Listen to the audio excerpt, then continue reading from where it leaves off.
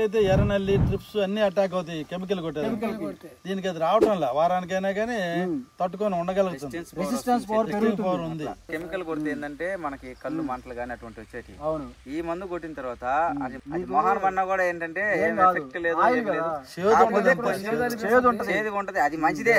ఇది ఏంటంటే వేప నూనె వాటితో తయారు చేస్తాం కాబట్టి చేదు అనేది ఉంటది. ఆ చేదు వల్లే ఈ నల్ల తామర పురుగు గానీ నాకుండా ఉంటాయి.